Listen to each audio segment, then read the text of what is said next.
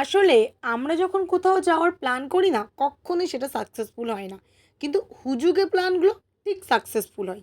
অনেকদিন ধরে বন্ধুদের সাথে খেতে যাবো করে সময় আর হয়েই উঠছিল না। ফাইনালি এই কিছুদিন আগে বন্ধুদের সাথে মিলে খেতে গিয়েছিলাম হাজরাড়ি একটা রেস্টুরেন্টে।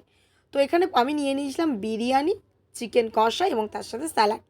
বিরিয়ানিটা খুব ভালো, কোয়ান্টিটি কোয়ালিটি দুটোই। কিন্তু আলুটা এত শক্ত ছিল যার কারণে এটার কোয়ান্টিটি এবং কোয়ালিটি বেস থেকে আগে রাখবো না পরে রাখবো এ বিষয়ে আমি কনফিউজ হয়ে গেছিলাম। আর যেমনটা তোমরা দেখতে পাচ্ছ এখানে একটা ডিম সিদ্ধ ছিল। সত্যি বলতে কি কলকাতার বেশিরভাগ এইরকম বিরিয়ানিগুলোতে কিন্তু ডিম সচরাচর দেয় না। যাই হোক এখানে আমি ২ পিস চিকেন কষা নিয়ে নিয়েছিলাম। চিকেন কষাটা জাস্ট এক কথায় অসাম ছিল। দেখো এতটাই গরম ছিল রীতিমতো কিন্তু ধোঁয়া উঠছিল। আমার ওই বিরিয়ানির চিকেনের থেকে এই চিকেন কষা দিয়ে চিকেনটা খেতে খুব ভালো লাগছিল। আর সবশেষে ছিল কিন্তু স্যালাড। স্যালাড ছাড়া কিন্তু বিরিয়ানি খাওয়াই যায় না। কি বল?